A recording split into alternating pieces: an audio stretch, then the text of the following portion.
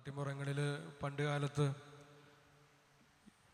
പലചരക്ക് കടകളിൽ കടക്കാരൻ ഒരു പറ്റുപുസ്തകം സൂക്ഷിക്കും. അതിനകത്ത് എഴുതി വയ്ക്കും പൈസ തരാനായിട്ടുള്ളവരുടെ പേരുകൾ.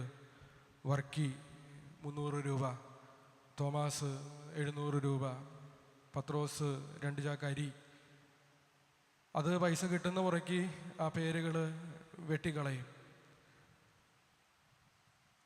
ഇന്നിപ്പോൾ അത്തരം കടകൾ തന്നെ വളരെ ചുരുങ്ങി. ഇന്ന് നമ്മളൊക്കെ സൂപ്പർ മാർക്കറ്റിൽ പോയാണ് സാധനങ്ങൾ വാങ്ങുന്നത്. അവിടെ ഇങ്ങനെ പറ്റ് വയ്ക്കാനായിട്ട് പറ്റില്ല. പക്ഷെ ഇന്നും ഇതുപോലത്തെ പറ്റ് പുസ്തകങ്ങൾ സൂക്ഷിക്കുന്ന ഒരു സ്ഥലമുണ്ട്. ഏതാണെന്നറിയാമോ? ഇതുപോലത്തെ പറ്റ് പുസ്തകങ്ങൾ സൂക്ഷിക്കുന്ന സ്ഥലം നമ്മുടെ ഹൃദയം.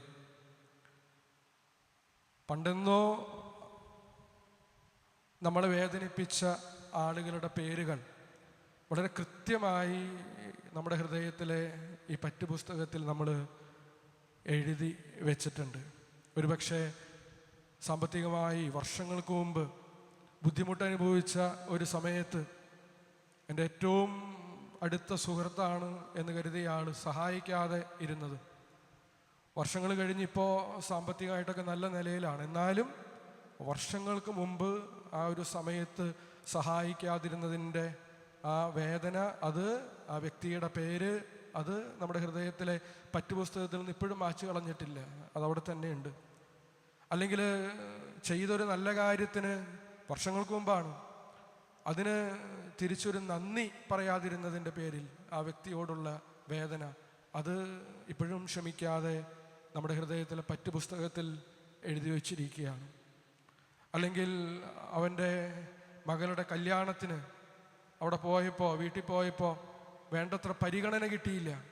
അതിപ്പോഴും നമ്മുടെ ഹൃദയത്തിലെ പറ്റുപുസ്തകത്തിൽ എഴുതി വെച്ചിരിക്കുന്ന, മാച്ച് കളയാതെ എഴുതി വെച്ചിരിക്കുന്ന അവസ്ഥയാണ്.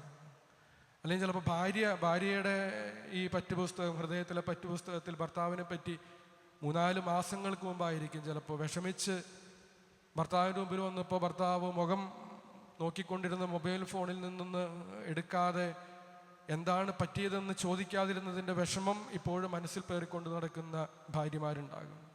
അല്ലെങ്കിൽ ചില ഭർത്താക്കന്മാരുടെ പറ്റുപുസ്തകത്തിൽ വർഷങ്ങൾക്ക് മുമ്പ് ഏതോ വഴക്കടിച്ച സമയത്ത് നിങ്ങളുടെ സ്വഭാവം എനിക്കറിയാം, ഇപ്പോഴും പറഞ്ഞിട്ടില്ല എന്താണോ സ്വഭാവമെന്ന്.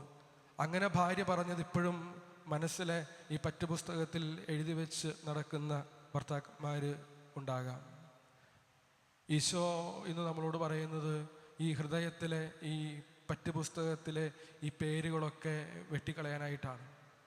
പലപ്പോഴും നമുക്കറിയാം, നമ്മളിങ്ങനെ എഴുതി വച്ചിരിക്കുന്ന ഈ കാര്യങ്ങൾ നമ്മുടെ ഹൃദയത്തിൽ വർഷങ്ങൾക്ക് മുമ്പ് നടന്നതാണെന്നുണ്ടെങ്കിലും ആ നടന്ന സ്ഥലം, ആ സമയത്ത് എന്നെ വേദനിപ്പിച്ച ആള് ധരിച്ചിരുന്ന വസ്ത്രം, ആ വസ്ത്രത്തിൻ്റെ നിറം, ഇതൊക്കെ നമ്മൾ വളരെ വ്യക്തമായിട്ട് ഓർത്തു വയ്ക്കും എന്നുള്ളതാണ്. ഈശോ പറയുന്നത് ഇതെല്ലാം മറക്കാനായിട്ടാണ്, ഇതെല്ലാം മാച്ച് കളയാനായിട്ടാണ്. പറ്റുമെന്നുണ്ടെങ്കിൽ നമ്മൾ ഇത്തരം പറ്റുപുസ്തകങ്ങൾ നമ്മുടെ ഹൃദയത്തിൽ സൂക്ഷിക്കുന്നുണ്ടെങ്കിൽ അതെടുത്ത് കീറിക്കളയാനായിട്ടാണ് ഈശോ ആവശ്യപ്പെടുന്നത്. അങ്ങനെ ക്ഷമിക്കാനായിട്ട് ഇന്ന് സുവിശേഷത്തിൽ പറയും 70 പ്രാവശ്യം ക്ഷമിക്കാനായിട്ടാണ് ഈശോ പറയുന്നത്. അങ്ങനെ ക്ഷമിക്കാനായിട്ട് സാധിച്ചാൽ മാത്രമാണ് മറ്റുള്ളവർക്ക് നമ്മുടെ മേൽ പ്രയോഗിക്കാൻ സാധിക്കുന്ന അധികാരത്തെ മാറ്റിക്കളയാനായിട്ട് നമുക്ക് സാധിക്കുക. അല്ലെങ്കിൽ ഒന്ന് ആലോചിച്ച് നോക്കിയേ, നമ്മൾ ഈ മനസ്സിൽ ഇതൊക്കെ ഇങ്ങനെ എഴുതി വെച്ച് ഇതൊക്കെ ഓർത്ത് വർഷങ്ങൾക്ക് മുമ്പ് നമ്മളെ വേദനിപ്പിച്ച ആളുകളെ പറ്റി ഓർത്ത് അക്കാര്യങ്ങൾ ഓർത്ത് ജീവിക്കുമ്പോൾ ആ വ്യക്തിയെ നമ്മുടെ മുന്നിൽ കാണുമ്പോൾ വീണ്ടും നമുക്ക് ദേഷ്യം വരുന്നു, നമുക്ക് വിഷമം വരുന്നു, നമ്മൾ അസ്വസ്ഥരാകുന്നു, നമ്മുടെ സ്വസ്ഥത നഷ്ടപ്പെടുന്നു. അപ്പോൾ എന്താണ് സംഭവിക്കുന്നത്? നമ്മളല്ല നമ്മുടെ വിചാരങ്ങളെ നിയന്ത്രിക്കുന്നത്.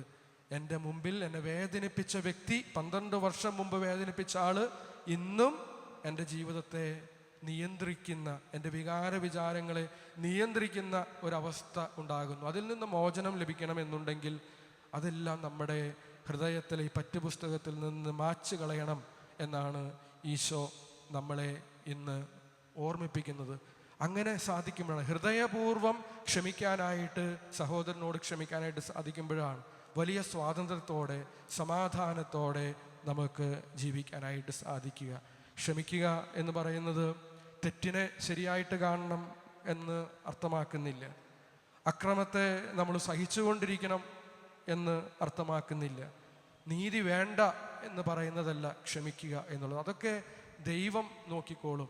ക്ഷമിക്കുക എന്ന് പറയുന്നത് എന്നെ വേദനിപ്പിച്ച ആള് ഇന്നും എന്നെ നിയന്ത്രിക്കുന്ന ഒരവസ്ഥ ഉണ്ടാകാത്ത വിധം അവനോട് ക്ഷമിക്കാനും ആ പേര് അല്ലെങ്കിൽ ആ വേദന, പേരല്ല ആ വേദന എൻ്റെ ഹൃദയത്തിൽ നിന്ന് മാച്ചു കളയാനും നമുക്ക് സാധിക്കുക എന്നുള്ളതാണ്.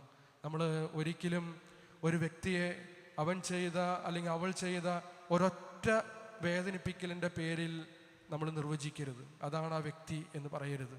അങ്ങനെയാണെന്നുണ്ടെങ്കിൽ ഈശോ പത്രോസിനെ ഒരിക്കലും സഭയുടെ ചുമതല ഏൽപ്പിക്കില്ലായിരുന്നു. പത്രോസ് ഈശോയെ തള്ളിപ്പറഞ്ഞവനാണ്. ആ ഒരൊറ്റ സംഭവം ഈശോയെ വേദനിപ്പിച്ചൊരു കാര്യമാണ്. ആ ഒരൊറ്റ വേദന അല്ല, വേദനിപ്പിക്കലല്ല ഈശോയ്ക്ക് പത്രോസിനെ നിർവചിക്കാനായിട്ടുണ്ടായിരുന്നത്. അങ്ങനെ നമ്മുടെ ജീവിതത്തിൽ നമ്മൾ ആരെയെങ്കിലുമൊക്കെ നിർവചിച്ചു വെച്ചിട്ടുണ്ടെങ്കിൽ, ഒരൊറ്റ വേദനിപ്പിക്കലിൻ്റെ പേരിൽ നമ്മൾ ആരെയെങ്കിലുമൊക്കെ ലേബൽ ചെയ്ത് വെച്ചിട്ടുണ്ടെങ്കിൽ, നമ്മൾ ഈശോയുടെ മാർഗം സ്വീകരിച്ച് അത് ക്ഷമിക്കാനായിട്ട്, ഹൃദയപൂർവ്വം ക്ഷമിക്കാനായിട്ട്, അങ്ങനെ സ്വാതന്ത്ര്യത്തോടു കൂടി ജീവിക്കാനായിട്ട്, സമാധാനത്തോടു കൂടി ജീവിക്കാനായിട്ട് നമുക്ക് ആത്മാർത്ഥമായിട്ട് പരിശ്രമിക്കാം.